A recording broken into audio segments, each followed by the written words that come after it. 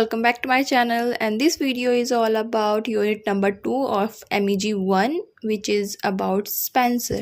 ठीक है, तो मैं यूनिट वाइज कर रही हूँ as you all guys said कि यूनिट वाइज बेटर रहेगा। जब मैंने पूछा था आप सभी से तो या ऑब्वियसली बेटर रहता है क्योंकि हर एक यूनिट से नियरली आप 10 to 6 नियरली 10-11 क्वेश्चंस देख लेते हो और मेनली होता है कि उन्हीं में से एक आधा क्वेश्चन आपके पेपर में आता है, तो एटलीस्ट आपको एक आइडिया होता है। आई एम नॉट सेइंग कि आपको 10 क्वेश्चन रट लेने हैं, लेकिन जब आप उस क्वेश्चन को मेरे साथ करोगे अभी तो एटलीस्ट आपके माइंड में भी कुछ चीज़ें फिक्स हो जाएंगी, कुछ पॉइंट्स फिक्स हो जाएंगे कि ये पॉइंट इसमें आएंगे। तो जब पेपर में क्वेश्चन आता है तो you can easily detect the lines, you can easily just point out these things कि हाँ ये चीज़ें हुई हैं, उसके बाद you can elaborate the answer. तो इससे क्या होता है कि आप कॉन्शियसली वो नहीं कर रहे हो पर सब कॉन्शियस माइंड में आपकी वो चीज़ें सेट हो रही हैं। आप चाहते नहीं हो कि आप सब कुछ रट लोगे ये सब, लेकिन फिर भी एक बार आपकी आंखों के सामने फिर जो चीज़ें निकल गई आपको चीज़ें थोड़ी थोड़ी याद रहती है, रिमेंबर रह जाती हैं। तो इसमें हम करेंगे यूनिट नंबर 2 से, मतलब कि स्पेंसर से। तो स्पेंसर से अगर मैं बात करूँ तो स्पेंसर के आप जितनी भी पोइट्री पढ़ी हैं, मतलब कि एमोरिटी है, सोनेट है, एपिथैल्मियम, प्रोथैल्मियम, ये सब इसमें आता है। लेकिन जो पेपर है, पेपर में मैक्सिमम ये होता है कि एपिथैल्मियम प्रोथैल्मियम से ही क्वेश्चन आते हैं। जो सोनेट्स है वो किस में है, वो एमोरिटी सोनेट्स के अंदर इंक्लूड होते हैं और एज अ होल क्वेश्चन आता है मैक्सिमम कि एमोरिटी सोनेट्स के ऊपर आपको क्वेश्चन लिखना है। पर्टिकुलर किसी भी सोनेट को पॉइंट आउट नहीं किया जाता है कि आपको सोनेट नंबर 77 एक्सप्लेन करना है या फिर कोई भी ऐसे एक्सप्लेन करना है। तो फर्स्ट क्वेश्चन में क्या बोला गया है कि जो एमोरिटी सोनेट्स है स्पेंसर्स के, ये सेंसुअल इमेजरी को शो करते हैं। कैसे शो करते हैं आपको वो चीज़ें इसमें एक्सप्लेन करनी है। तो अगर मैं सिंपली बोलूँ आप इसमें क्या क्या लिख सकते हो तो आप नोट डाउन कर सकते हो अगर चाहो तो जो स्पेंसर है उन्होंने ये चीज़ लिखी है, पहले आपको यही बताना है। उसके बाद आपको बताना है कि जो सोनेट्स हैं ये बहुत ज़्यादा रिप्रेजेंटेटिव हैं, बहुत चीज़ों को रिप्रेजेंट करते हैं।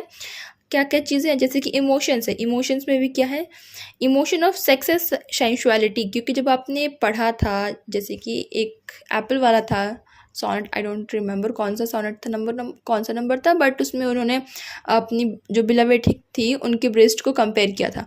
तो इसमें आप देख रहे हैं कि जो इमेजरी है, इमोशन है, वो कितना ज़्यादा सेंसुअल है। तो वो चीज़ आप इसमें लिख सकते हैं क्योंकि आपको पॉइंट आउट करके बताना पड़ता है कि कहाँ कहाँ पे वो चीज़ें यूज़ हुई हैं।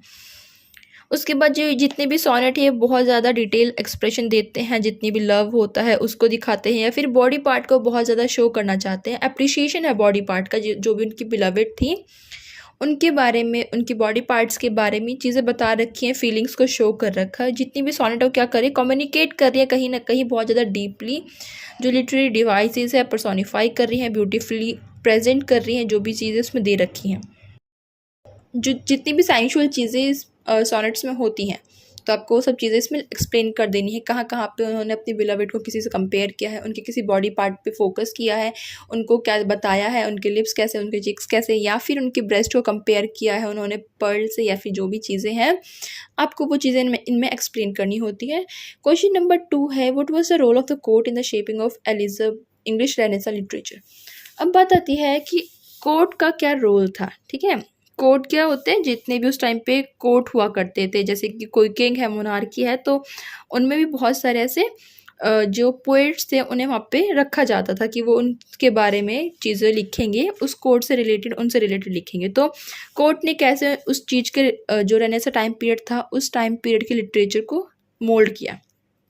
अब इसमें क्या है कि जो कुछ मेन फेमस पोएम है जो कि रेनेसां एज में लिखी गई थी, वो सब किसने लिखी थी, कोर्टियर पोइट्स ने लिखी थी। जैसे कि स्पेंसर भी एक कोर्टियर पोइट थे और इनकी फेरी क्वीन सबसे फेमस है। इनको छोड़ के अगर मैं बात करूँ तो वॉल्टर रैली हैं, उनका वर्क फेमस है जिसमें उन्होंने आई थिंक मंथ्स के बारे में लिखा है, I don't remember the name, but उसमें इन्होंने हर एक मंथ को अच्छे से डिस्क्राइब किया है और एलिजाबेथ से उसे कंपेयर किया है। उसके बाद बात आती है थॉमस रेड की, इन्होंने भी लिखा है, जॉन डेविस ने लिखा है। तो ये सब क्या थे, ये सब कोर्टियर पोइट्स थे, मोर देन अ पोइट, कि आप वो अपने आप को पोइट कंसिडर नहीं करते थे बट एक कोर्टियर थे। क्यों, क्योंकि वो कोर्ट में रहते थे, वो कोर्ट में रह के वर्क को लिखते थे, उन्हें वहाँ पे पैटर्न किया गया था, उनके लिए उसे फंडिंग मिलती थी। ये बहुत ज़्यादा हाईली एजुकेटेड थे, जेंटलमैन थे और ये जितनी भी चीज़ें लिखते थे वो उसी के ऊपर लिखते थे। उसी टाइम पे एक और वर्क पब्लिश हुआ था जिसका नाम था द बुक ऑफ कोर्टियर, जिसको लिखा था कैसिलोने ने। और इस वर्क में उन्होंने बता रखा कि जो आर्ट ऑफ कोर्टियर है, कि जो कोर्टियर्स हैं उन्हें किस तरीके से बिहेव करना चाहिए, उनको जेंटल होना चाहिए, माइल्ड होना चाहिए, ग्रेसफुल होना चाहिए, उनको अपने आप को ज़्यादा प्राइड नहीं लेना चाहिए। इस तरीके से जितनी भी चीज़ें थी एलिजाबेथन कोर्ट में, जितनी भी चीज़ें हुई थी, तो वो फिर चीज़ें किस तरीके से एक पोइट के माइंड को डाइवर्ट कर रही थी, या फिर पोइट को एक इन्फ्लुएंस कर रही थी कि वो किस तरीके का लिटरेचर प्रेजेंट करे या फिर बनाए। तो वो चीज़ें आप इसमें लिख सकते हैं। और स्पेंसर को आप अच्छे से इलैबोरेट कर ही सकते हैं कि स्पेंसर ने किस तरीके से एलिजाबेथ के लिए बहुत सारे वर्क्स लिखे हैं, क्योंकि वो भी एक कोर्टियर पोएट थे। क्वेश्चन नंबर जो 3 है वो है आरटीसी का। आरटीसी आपके यहाँ पर दे रखी है, मैंने यहाँ पे लिख दिया था, ये पेपर में आया हुआ था। क्वेश्चन नंबर 4 था, आपको कंपेयर करना है एपिथैल्मियम को और प्रोथैल्मियम को एज अ वेडिंग सॉन्ग। तो आप दोनों को कंपेयर कर सकते हैं, बहुत ही ईजी है, दोनों की जस्ट समरी लिख देनी है आपको। उसके बाद क्वेश्चन है what does the term Renaissance mean, कि रेनेसा का मतलब क्या होता है, और आपको आइडेंटिफाई करना है कुछ ऐसे फैक्टर्स को जो कि रिस्पॉन्सिबल है for the spread of Renaissance in Europe. की पहली चीज़ आपको क्या एक्सप्लेन करनी है कि रेनेसा क्या होता है। तो रेनेसा क्या होता है, ये एक लिटरेरी मीनिंग है, एक लिटरेरी टर्म है रेनेसा, जिसका मतलब होता है रिवाइवल या फिर रीबर्थ। और ये क्यों है, ये एक कल्चरल मूवमेंट था जो कि रफली 14th to 17th सेंचुरी में हुआ था। लेकिन सबसे पहले ये स्टार्ट हुआ था इटली में, फ्लोरेंस में स्टार्ट हुआ था। उसके बाद ये बाकी के देश में, मतलब कि बाकी के यूरोप में फैल गया था। और फैलने के मेन लॉजिक क्या थे, रीजंस क्या थे, वो इसके सेकंड पार्ट में पूछा गया है। And what were the main factors जो रिस्पॉन्सिबल हैं रेनेसा जो यूरोप में फैला था उसके लिए।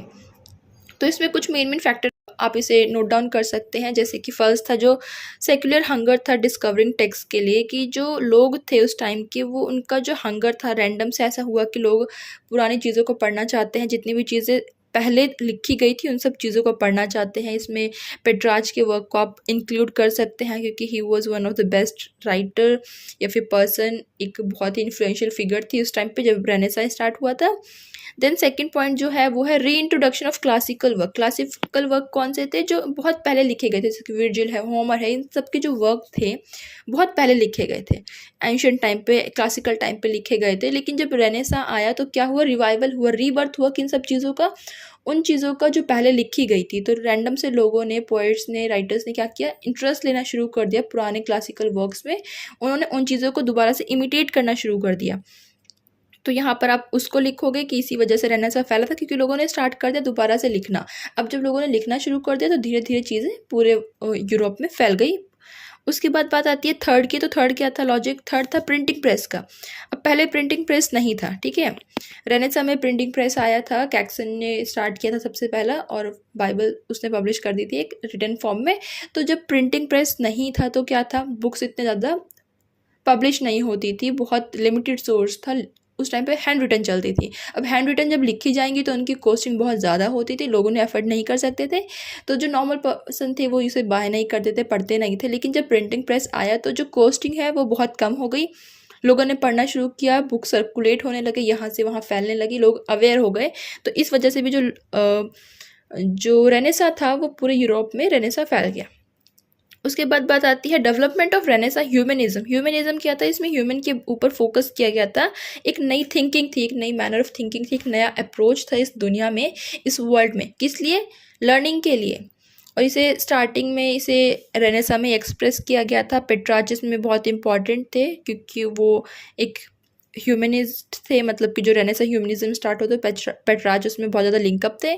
उसके बाद बात आती है सोशल, उसके बाद बात आती है पॉलिटिकल सिचुएशन, जो नीड थी उसकी वजह से जो रेनेसा है वो फैला था, ठीक है। और उसके बाद बात आती है आर्टिस्ट जो थे उनका कीन यूज़ था, वो बहुत ज़्यादा यूज़ कर रहे थे, अपनी जितने भी माइंडसेट थे वो कुछ मास्टरपीस बनाना चाहते थे, इसीलिए वो चीज़ों को इमिटेट कर रहे थे। तो ये तो था आपको रेनेसा में क्यों हुआ, कब हुआ, क्यों फैला, ये सब जितनी भी चीज़ें हैं। उसके बाद बात आती है क्वेश्चन नंबर 6 की। इसमें आपको एपिथैल्मियम की कुछ आरटीसी लाइन थी, उसे एक्सप्लेन करना है। तो आप इसमें देख लीजिए, आप इसे आइडेंटिफाई कर सकते हैं या नहीं कर सकते हैं। नहीं कर सकते हैं तो डजेंट मैटर, एक दो वर्ड्स अगर आपको समझ में भी आ रहे कि एपिथैल्मियम से है, पूरी समरी लिख दीजिए, डजेंट मैटर क्या पूछा गया, ठीक है।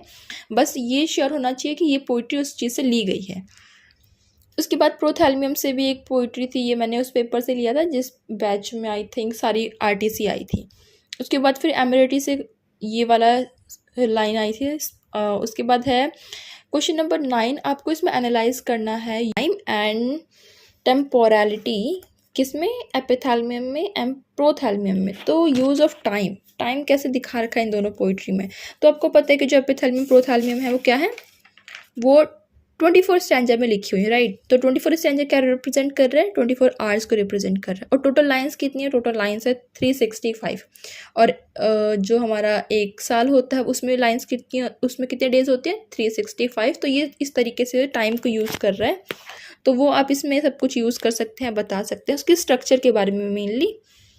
नेक्स्ट क्वेश्चन है क्वेश्चन नंबर 10। इसमें आपको कंपेयर करना है, कॉन्ट्रास्ट करना है एपिथैलमियम एंड प्रोथैलमियम को। तो सिंपल है, दोनों की समरी लिख दीजिए जहाँ जहाँ पे दोनों में डिफरेंस है कि कौन सा वेडिंग से पहले का है, कौन सा वेडिंग के बाद का है। तो ये सारी चीज़ें आप इसमें ईजिली लिख सकते हैं। और एक और क्वेश्चन ऐड करना था मुझे, स्लाइड पर लिखना मैं भूल गई हूँ। तो क्वेश्चन है, पूछा हुआ था मेनली कि जो स्पेंसर का करियर है एज अ पोइट, उस में किस चीज़ों ने उन्हें शेप दी है, कौन सी चीज़ें थी जो इन्फ्लुएंशियल फैक्टर्स थी। तो इसमें मेनली क्या है, उन्होंने जो रीडिंग करी थी क्लासिकल वर्क्स में, क्योंकि मैंने बताया रेनेसां में क्लासिकल वर्क्स को दोबारा से रीड करना स्टार्ट हो गया था, इमिटेट करना शुरू हो गया था। तो इन्होंने भी बहुत सारी ऐसे डिफरेंट क्लासिकल राइटर्स को पढ़ा था, जैसे कि होमर और वर्जिल को पढ़ा था। तो उनके जो वर्क्स थे उन्होंने इन्हें बहुत ज़्यादा इन्फ्लुएंस किया था। उन्होंने उनके रीडिंग्स को, उनकी नॉलेज को अपनी पोइट्री में यूज़ किया है, बिना उनकी जो क्रिश्चियन ओरिएंटेशन है बिना उन्हें लूज़ करे, बिना उन्हें खोए। प्लस इन्होंने जो पोइट्री पढ़ी थी या फिर जो इनका प्रोटेस्टेंट मोरल कोड था, उन्होंने इन चीज़ों को अपने में यूज़ किया है। ये ऐसे नहीं थे कि जो बहुत ज़्यादा एलीट फैमिली से थे, इनकी फैमिली वेल टू डू थी, बट इन्हें सफ़र करना था, ही हैज़ टू सफ़र, इन्हें वर्क करना था, इन्हें हार्ड वर्क करना पड़ा। क्यों? क्योंकि इनका जो सोशल स्टेटस था वो इतना अच्छा नहीं था। ऐसा नहीं था कि बहुत ज़्यादा अमीर हुए थे, इनका बर्थ बहुत ज़्यादा अमीर फैमिली में हुआ था। तो उन्हें क्या करना था, ही हैड टू फाइट। क्यों? क्योंकि उन्हें अगर अपने आप को प्रेजेंट करना है, अपने आप के लिए फेम चाहिए, तो उन्हें कुछ ना कुछ करना पड़ेगा। तो इन्होंने अपने आप को एक पोइट की तरह प्रेजेंट किया, प्रोफेशनल की तरह प्रेजेंट किया। इन्होंने कुछ स्ट्रेटजीज यूज़ करी जो इनके लिए थोड़ी सी अपॉर्चुनिटी की तरह यूज़ हो सकती हैं। और जैसे कि एलिजाबेथन कोर्ट में ये थे ही, तो इन्होंने उस चीज़ का भी यूज़ किया अपने आप के लिए। और इन सब चीज़ों को इन्फ्लुएंस होकर इन्होंने अपने आप को एक अच्छा पोइट की तरह प्रेजेंट किया है। ये इनके लिए एक अपॉर्चुनिटी थी मेनली, क्योंकि एलिजाबेथन कोर्ट में थे। और एक ओवरऑल की बात करूँ तो आपको क्या चाहिए, आपको जैसे कि मैंने बताया हुआ है कि अगर आप कोई भी आरटीसी लिखते हैं तो उसमें अगर आप थोड़ा सा एरा के बारे में डाल देते हैं कि उस एरा में किस तरीके से वर्क लिखे गए थे, तो वो बहुत ज़्यादा इन्फ्लुएंस करता है, बहुत ज़्यादा स्मार्टली दिखता है जो टीचर है, जो चेकर है उसे, कि आपको वर्क के साथ साथ उसका बैकग्राउंड भी पता है, राइट। तो फिर अगर आप स्पेंसर कर रहे हैं तो थोड़ा सा रेनेसां के बारे में जान लीजिए, थोड़ा सा, ज़्यादा नहीं, कोई ज़रूरत नहीं ज़्यादा की। तो अगर उससे रिलेटेड कोई क्वेश्चन भी आता है तभी भी आप क्वेश्चन को डील कर सकते हैं। प्लस अगर आप रेनेसां के टाइम पीरियड को बीच बीच में कहीं पे भी अपने क्वेश्चन में इंक्लूड कर देंगे ना आंसर्स के साथ में, तो बहुत ज़्यादा सही रिप्रेजेंट करते हैं कि हाँ आप दोनों चीज़ों को लिंकअप कर पा रहे हैं। राइटर ने जो मतलब पोइट ने जो लिखा उसे भी, प्लस उस टाइम पे जो एरा था, जो पीरियड था, उसे भी आप लिंकअप कर पा रहे हैं। और मेनली यही है, एपिथैलमियम प्रोथैलमियम को रट लीजिए, रटना तो नहीं बोलूँगी मैं, बट दोनों का कॉन्ट्रास्ट देख लीजिए कि क्या क्या दोनों में सिमिलैरिटी है, क्या क्या डिससिमिलैरिटी है, कॉन्ट्रास्ट है। और मेनली इसमें यही था। So I will see you in the next video, जो कि होगी यूनिट नंबर 3 के ऊपर, जो कि है आपकी मेटाफिजिकल पोइट, राइट। तो मेटाफिजिकल में क्या है, जॉन डन है, हार्बर्ट है, मार्वल है। तो इनकी पोइट्री मैं करूँगी नेक्स्ट में, जो भी मतलब इनसे रिलेटेड मैक्सिमम इंपॉर्टेंट क्वेश्चंस होंगे। All right, so bye bye, take care and bye bye.